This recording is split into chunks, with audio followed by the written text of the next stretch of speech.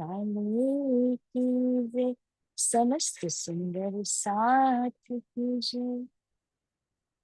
We'll say our prayer.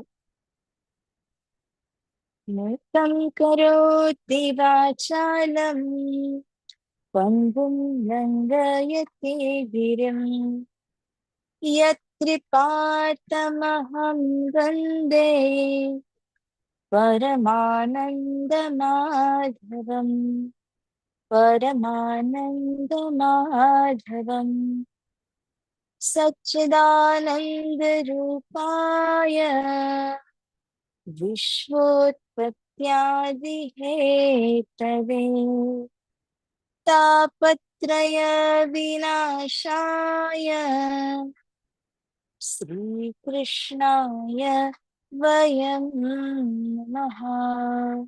Sri Krishnaya Vayam Namaha.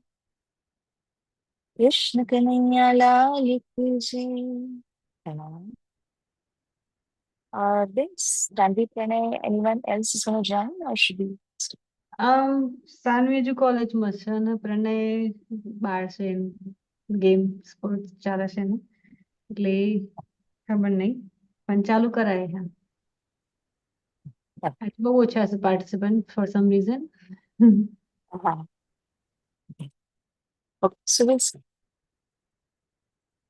I'll just quickly recapitulate what we had done the last time. We were doing the third chapter of Srimad Bhagavad Gita, in which we were talking about Karma Yoga. And the underlying message that was given by Shri Krishna was that whatever actions we perform should be surrendered or submitted to Shri Krishna. Because actions, when performed, give fruits. And those fruits, if we are attached to the fruits, we will be bound by them. The fruits will bind us. That is why Shri Krishna says that, "Oh Arjun, you cannot remain actionless. You just cannot survive without breathing or eating. So even those things come under doing actions. They are also your karmas. So nobody can remain actionless. And hence, whatever actions we perform give us a fruit. And that fruit we'll have to bear, whether it is a good fruit or a bad fruit. But whatever fruits accrue to us, do not be attached or do not think while performing your action and say, if I do this action, oh God, give me this fruit. You just cannot do that. It is God's wish. What fruit He gives you? One thing is for sure, isn't it? That He is just. So He will never give you something incomplete, partial or wrong. He will give you the complete fruit of what you have done. So do not be attached to the fruit. Keep doing your karmas, knowing that it is part of your duty. So this was the underlying message that we had heard from Shri Krishna so far. Then, in a nutshell, he also told us, do not be mistaken to understand the soul, senses, mind, and the body as one thing. They are all distinct. They're all different. Soul is the master, but whatever actions we get into are all propelled by the three modes of nature. The three modes of nature we have been doing. There is a mode of knowledge and peace, Sattvagun. The mode of passion called Rajagun. And then there is a mode of ignorance that's called Tamogun. So all our actions are basically pushed by these three gunas or these three modes of nature. Therefore, Shri Krishna says, do not be mistaken, Arjun, in understanding that my soul is performing the action. Rather, It is the three gunas which are pushing myself to perform the actions. So, having this clarity in mind, Sri Krishna said, offer even the food which you eat first to me, and only then partake in that food. Then it becomes a prasad. Or else, all that is mere food, isn't it? So, we had also learned one chopai, महाप्रसाद को पाए के चरणामृत को ले चला जाए परम धाम को जग को मुक्ति दे. Which means whenever you see the plate of food in front of you, first thing you should do is offer that food to Shri Krishna. When that becomes prasad, you intake that food, consume it. Also, express your gratitude for getting the food of that day. Because if we do not express our gratitude towards Shri Krishna, who is giving you all those amenities in your life? Who's fulfilling those basic needs? It is Shri Krishna himself. So if you do not express your gratitude towards him, it means Shri Krishna says that, and somebody gives you something, and if you do not say thank you, if you do not say, express your gratitude for him, then you are a mere thief. You're just taking away. You're not giving back anything again to that person. Isn't it? So everything that we get should be offered to Shri Krishna. Then we should partake in it. So with these messages in our mind, let us proceed to the fresh study that we're going to do today. The other day I had discussed up till 14 points. So today I'll be starting off with the 15th point. And I will copy paste those points so that it'll be easy for you all to take notes of it. Just a minute, I will copy paste the further points.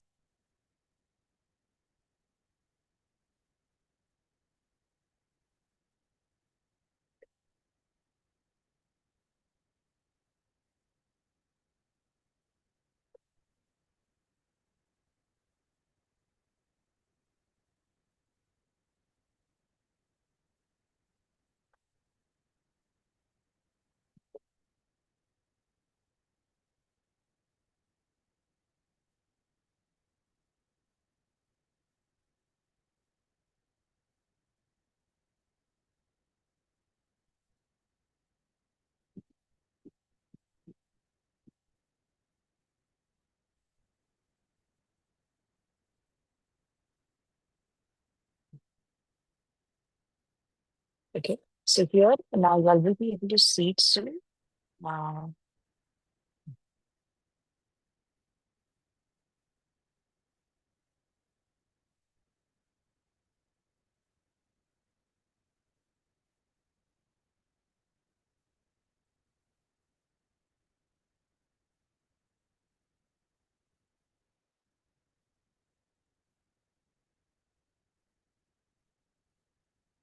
So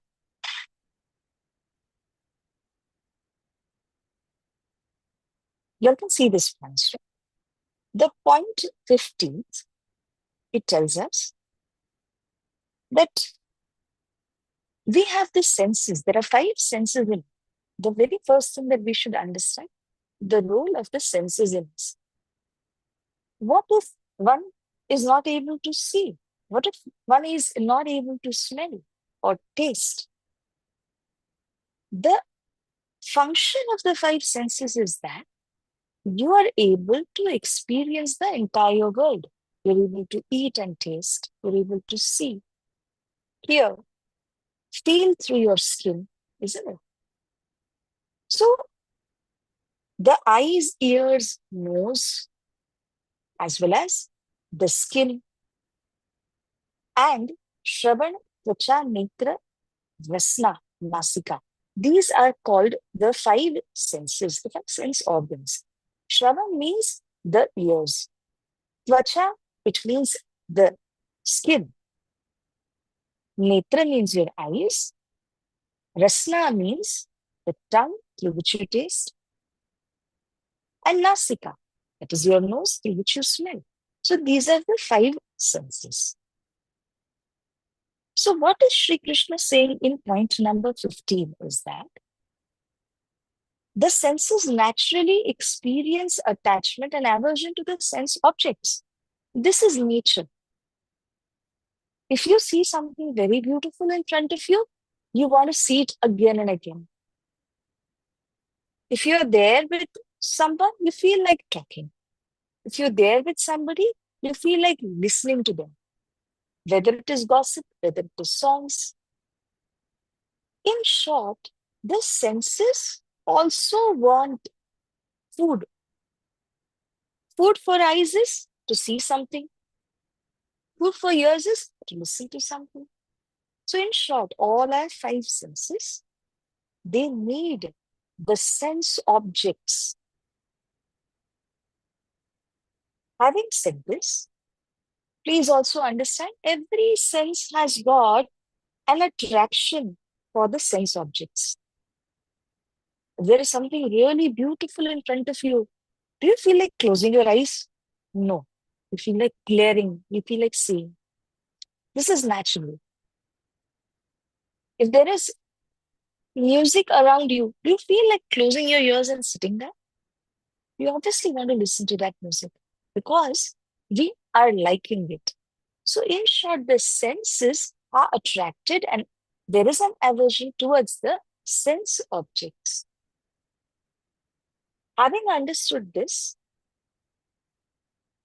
Shri Krishna says to Arjun, if you do not happen to control your senses from running towards the sense objects, these senses will become your enemies, your foes, and they will be the way layers. That means hurdles, right? That's the question. Just imagine the journey of the soul. The soul wants to proceed towards Paramatma, Shri Krishna, whereas the senses are deviating from that target. The senses want to run in their own way, their own direction. Are they supporting the soul? No, they aren't. They want to fulfill their own desires. So Shri Krishna says that these senses, they have to be controlled under self-restraint. It does not mean do not talk, do not listen to music, do not gossip. Do everything under self-control. Because if you give complete liberty to your senses, these senses will become the waylayers and foes for you, enemies for you. They are fulfilling their own task, which is against the soul. So, Shri Krishna says, by applying self-control and self-restraint, the senses will move in a particular direction, which is according to the soul. So, who is the master? The soul is the master. The senses should always support the soul rather than go against it. Therefore, practicing self-control and self-restraint is very important.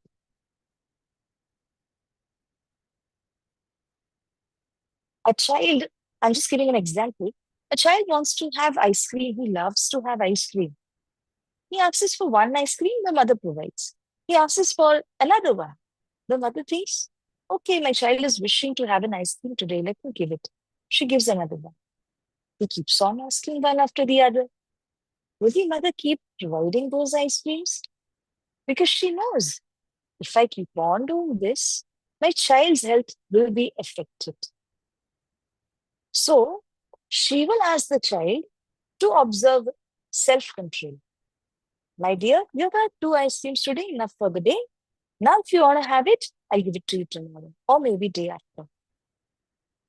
this is somewhere you need to know there is a cutoff. If you do not cut off, then that sense object, the ice cream is the sense object here.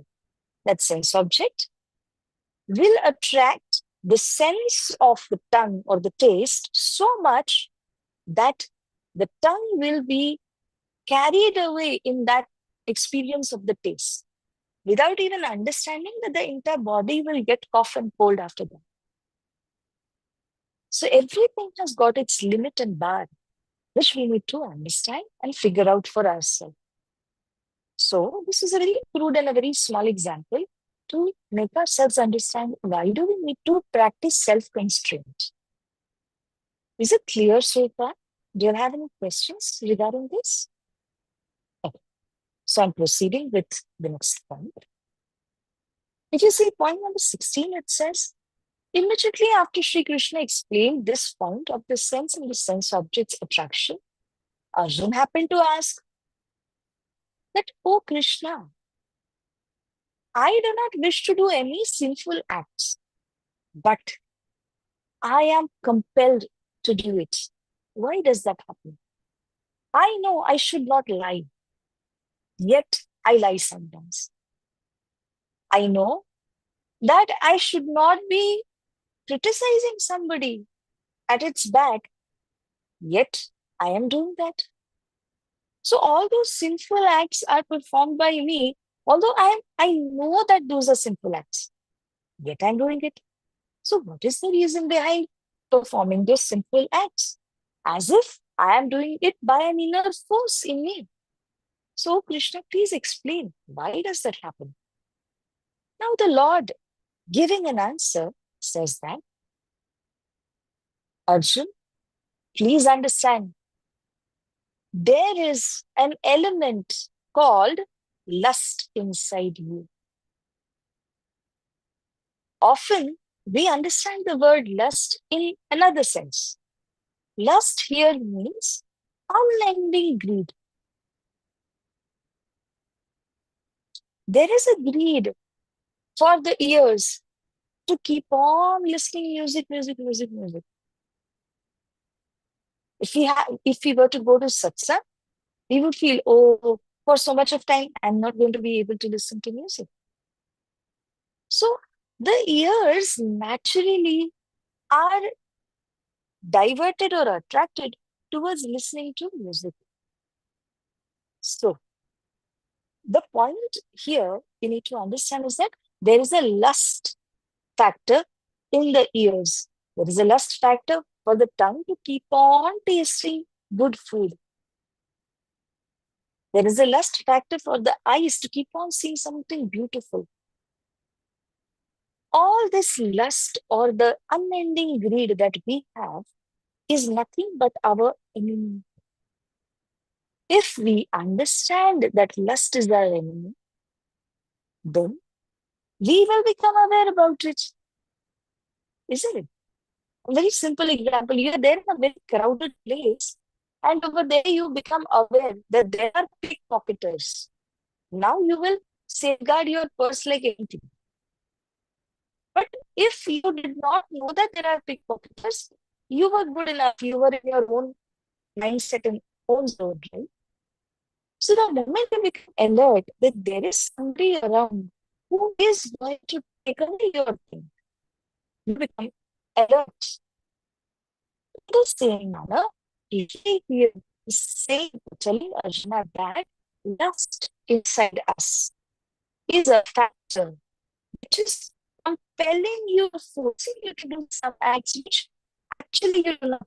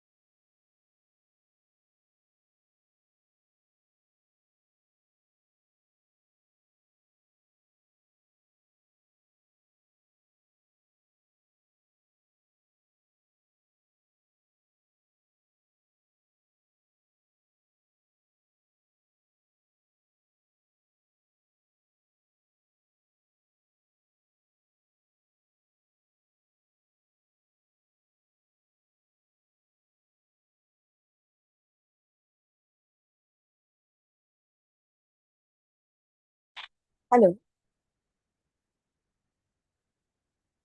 Yeah.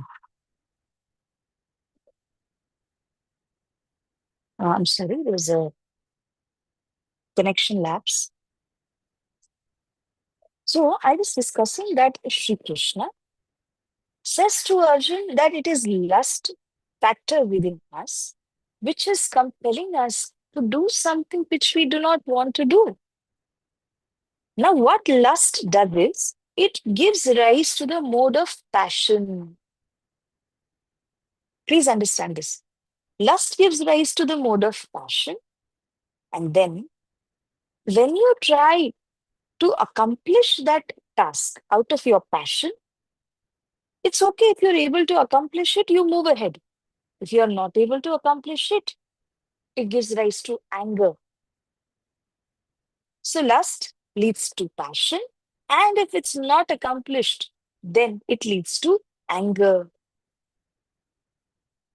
As we know, that anger, lust, and greed, they are nothing else, but they are our enemies. With these, what happens to us? Krishna explains in depth. Please listen to this very carefully. He says that when out of passion that anger arises, we forget everything. We forget what we are doing, what is good, what is bad for us.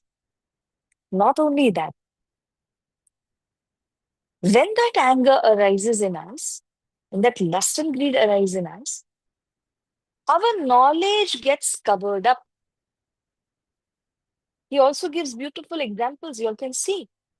Just as the fire gets covered up by smoke, or the mirror gets masked by dust, or the embryo gets covered up by the womb. These are the examples in Bhagavad Gita. They have come in the verses. So, taking these examples, Shri Krishna says, your knowledge is getting covered up by lust. Knowledge is the fire. Lust is the dust or the smoke that is covering up the knowledge. If you stand in front of the mirror which has dust upon it, will you be able to see yourself correctly? In the same manner, if we are covered, our knowledge is covered up because of anger, passion, lust, and all those things, that knowledge gets covered up and we are not able to discern so many things, interpret them in the correct way. So, Sri Krishna, by giving these three examples, fire getting covered by smoke, mirror getting masked by dust, and the embryo being concealed by the womb. Similarly, the knowledge of a discerning person also gets covered up by lust, by anger, by passion. So even you may be reading so many books, you may be learning Bhagavad Gita, or you may be listening to Vani. Whatever you may be doing, the knowledge is there. But that knowledge is getting covered up. Then there is no use of that knowledge. So now finally, what is Sri Krishna saying to us? What is he suggesting? He says that because your knowledge is getting covered up, that becomes your perpetual enemy. Lust becomes your never ending perpetual enemy. And lust is something which you can never satiate.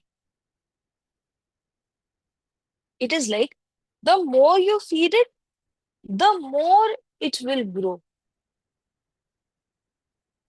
આપણે એક વાત જોઈ હશે, એક ઈચ્છા તમે પૂર્ણ કરો ને ત્યારબાદ કેટલી ઈચ્છાઓ જાગૃત થઈ જાય. So it is a common way in life that one wish is fulfilled, another 10 will arise. Those 10, if you're trying to fulfill one by one, another 10 will arise. So it is never ending. If you think that after fulfilling this desire, I'm going to be okay. No, there is no okay.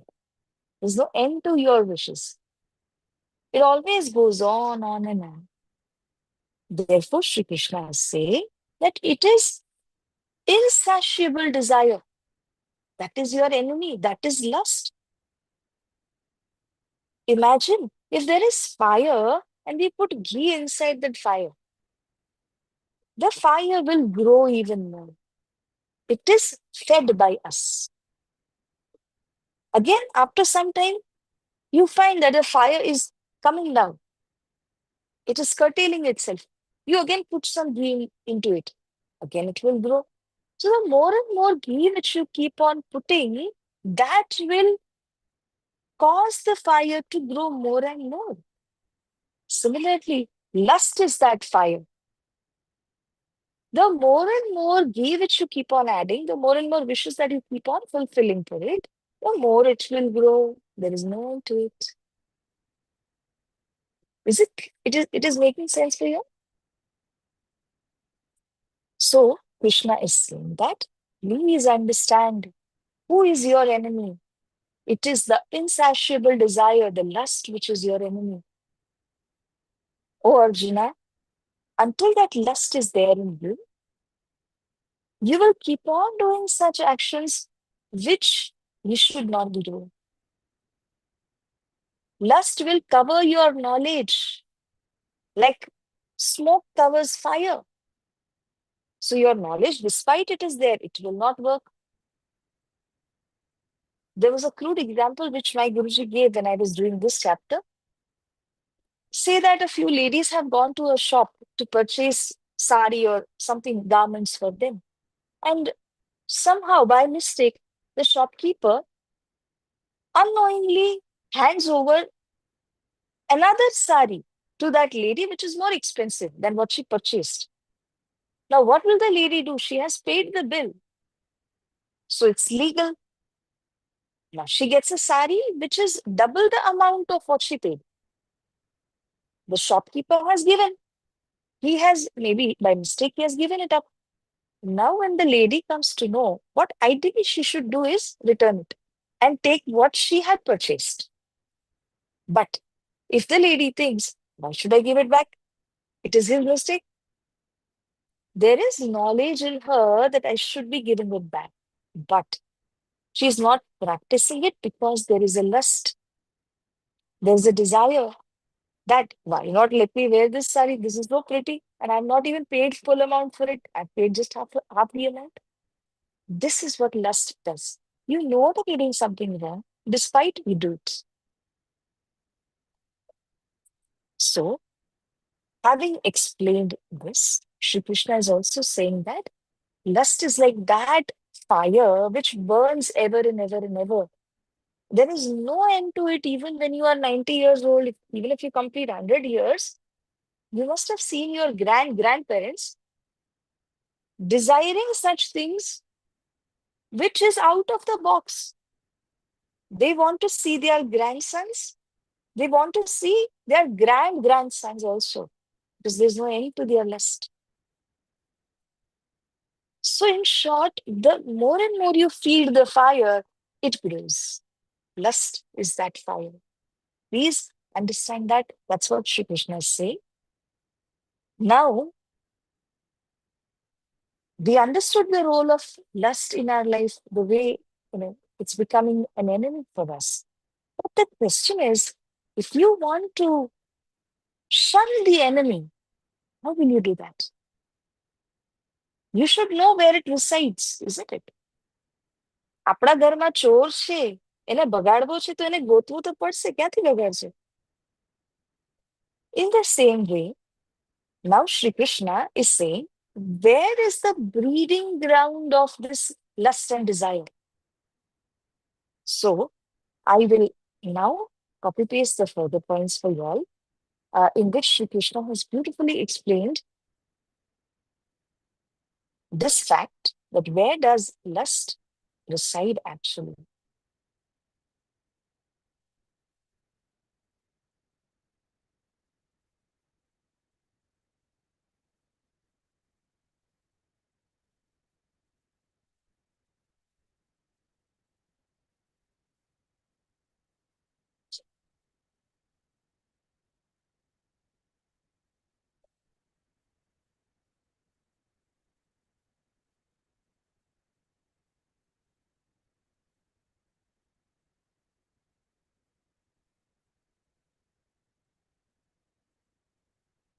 So here you all can see point number 17. It says that where does lust reside in us? If we want to shun away this lust, how should we do it? Lust stays in our senses, in our mind, our intellect.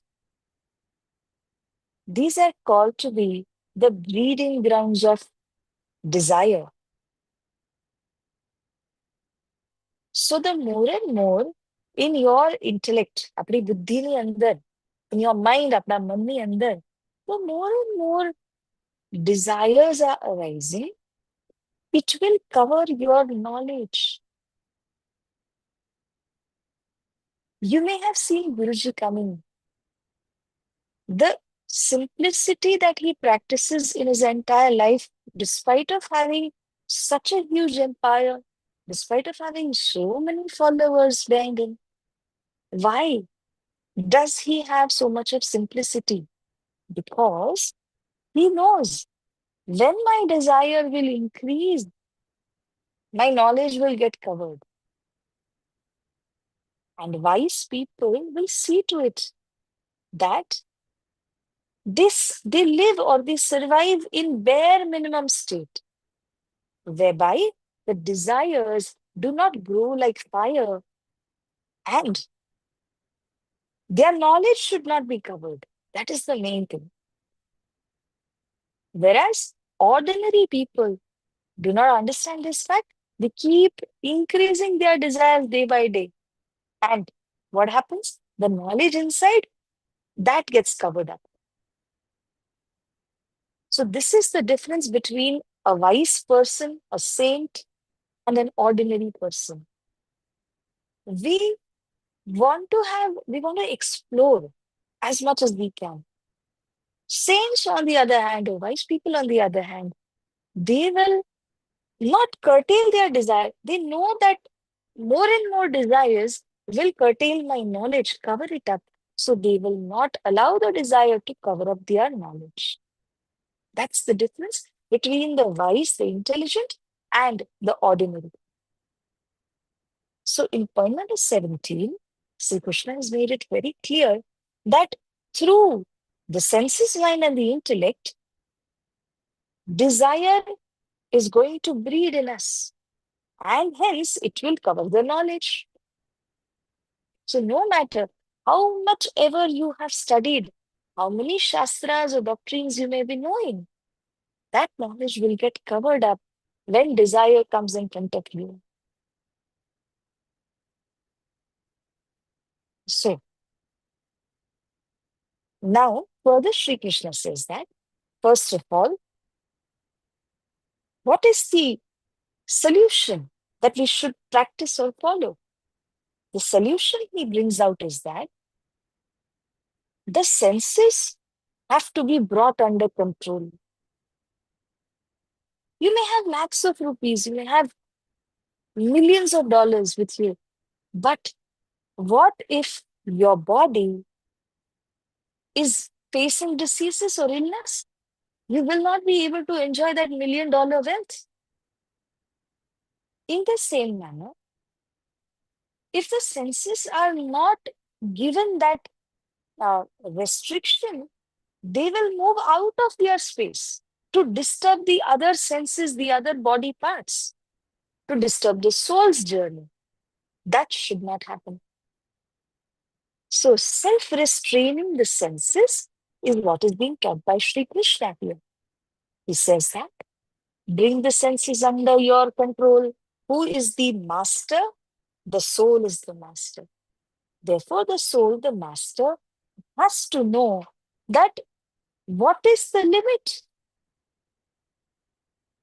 How much freedom has to be given to the senses? Beyond that, the senses should not go. So, having that in the mind, senses have to be brought under control. And this is how you slay the enemy called desire. This desire is giving rise to sins. So, when you slay the enemy called desire, obviously, sins will not be performed. I hope I'm making it clear. Are there any doubts, Priyan? So now, I've pasted 18th point, right? Um,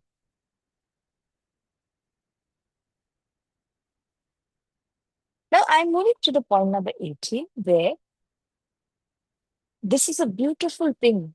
In a nutshell, Shri Krishna says that, oh Arjuna, understand that the gross body that I have, the gross body in the sense, the outer instruments, the hands, the legs, all those things, which can be seen, that is called the gross body. In point number 18, he says that senses, which means in the eyes there is a vision, in the nose there is a smelling intellect, smelling instinct.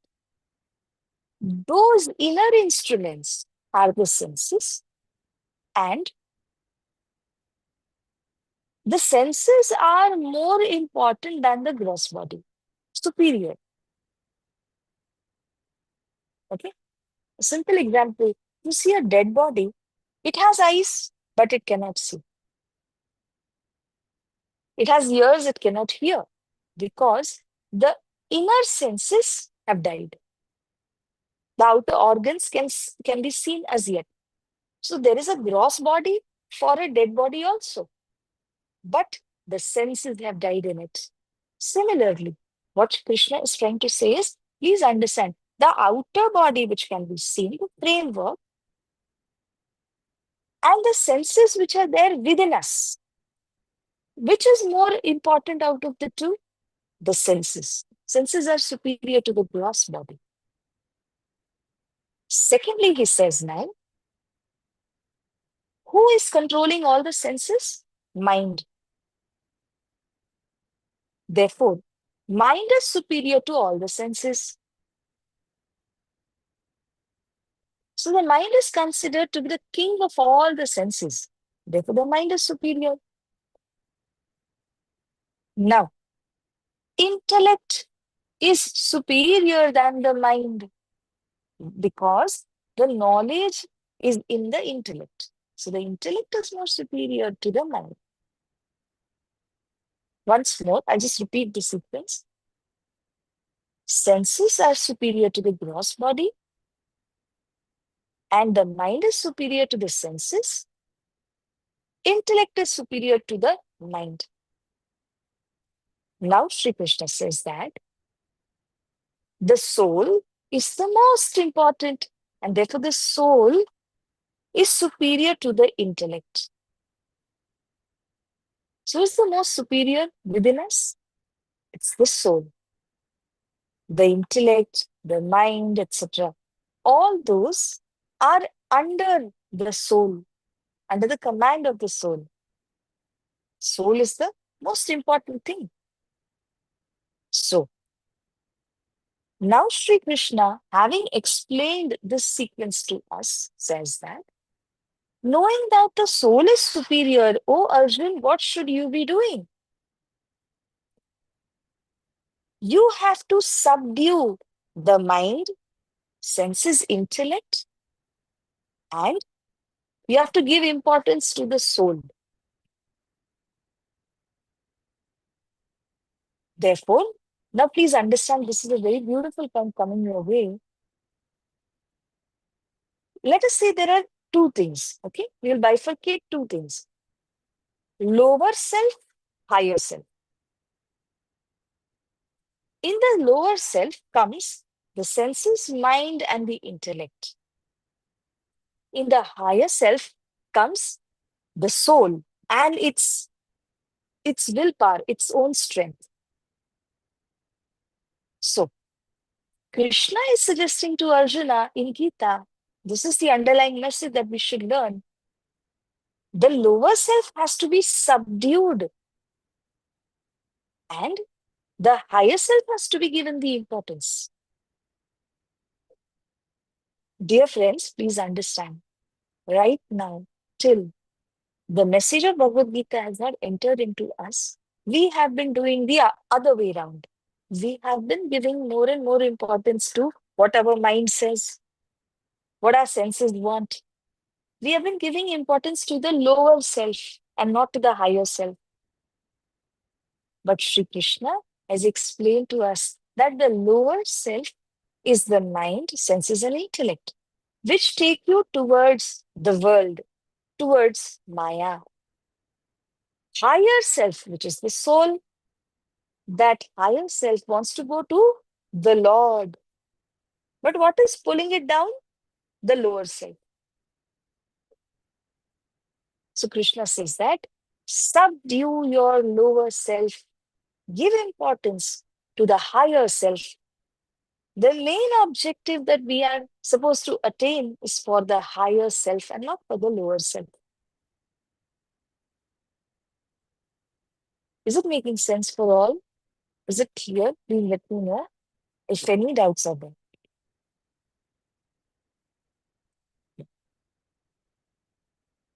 So, in short, in the lower self, the enemy called lust and desire also are there. It has to be subdued if you want to achieve the goal of your soul. So, in this manner, Krishna has given us a beautiful third chapter. He's explained so many things inside it. Now, just for uh, giving you a gist, I will be copy pasting one particular gist of the entire third chapter. This is just for the sake of your own revision, your own knowledge, nutshell. You all can revise this later. I'm just going to copy paste it.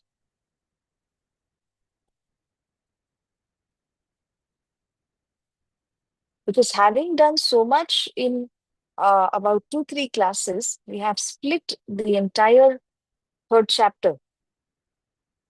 So we should make sure that everything is there in front of us.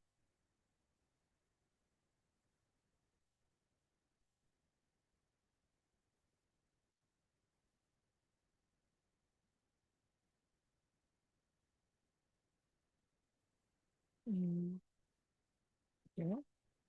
Now I'm going to copy paste. You know.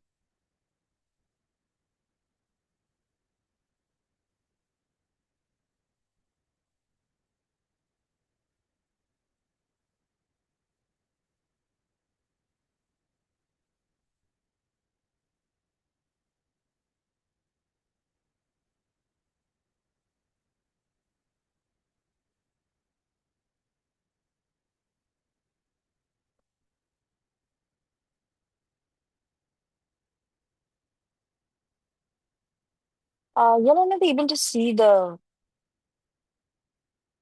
thing that I pasted right now, no? Okay. I'm not able to send it somehow.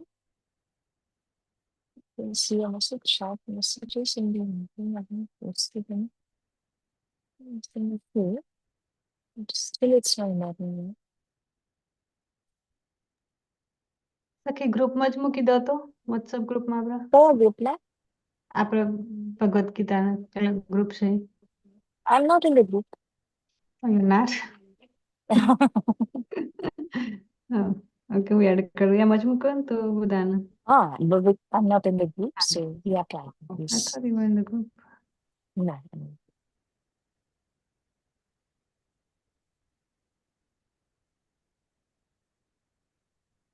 I don't know. Somehow it's not allowing me to send a message. Okay, I just add you. Oh, Bhagavad yeah. Gita Shrimad Bhagavad Gita પ્રશિક્ષણ. Oh. Okay, so you want me to post everything over there in the group? Yeah, એટલે જીન miss થયું છે ને એ લોકોને પણ Correct. read Okay. Okay. I'll just make one try to copy paste. If I'm not able to, then I'll leave it. I'll post it in the group.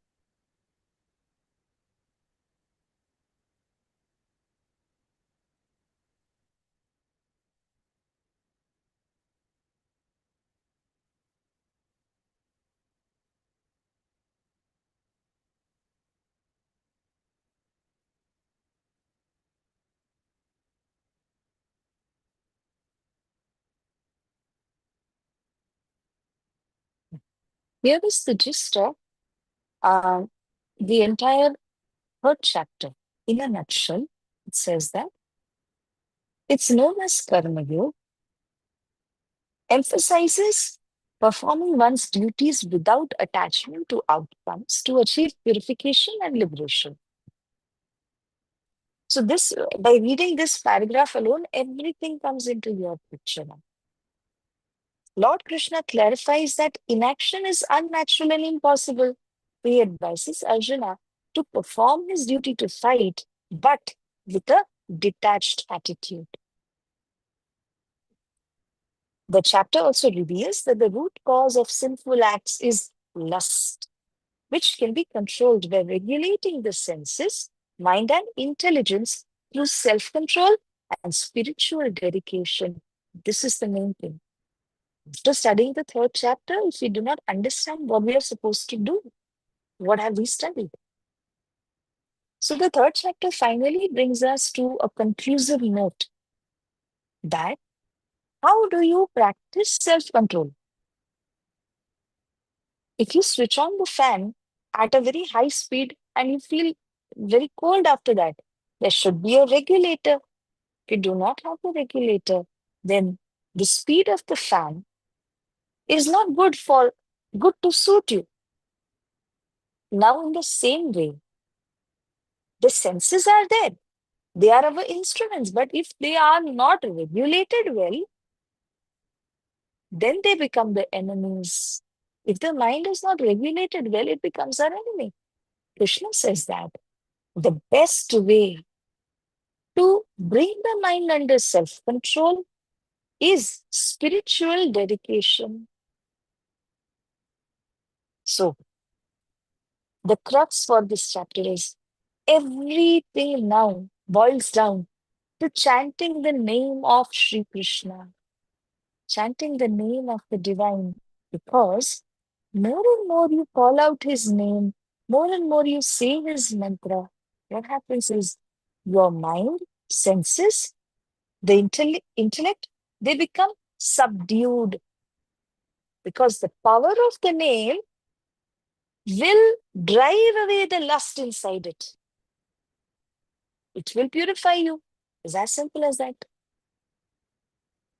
So we know the root cause of everything is lust and desire, which is unsatiable. But in order to subdue the lust and desire, subdue the mind, sense, and intellect, rather, what do we need? We need to chant the name of the divine. And when you do that, automatic purification is there. Everything will be subdued. Lust, greed, desire, anger, passion, all that will be taken care of. Because the internal purification is there. The higher self will hold more importance in you than the lower self. So this is how Shri Krishna has given us the gist of the third chapter. And on a conclusive note, I have prepared one thing for sharing with you. If I'm able to share, I will do it.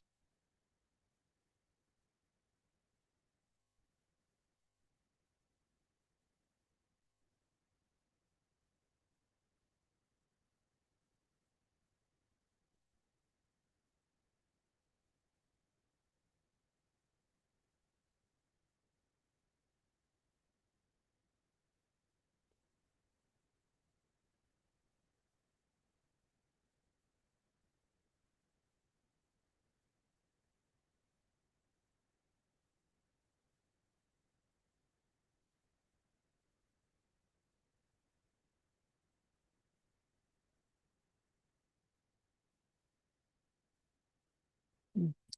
Because it's too long, it's not allowing me to share. Anyways, um, I'll just give you one brief thing and then I will share it in the group. The key concepts of Karma Yoga, I'll just read out.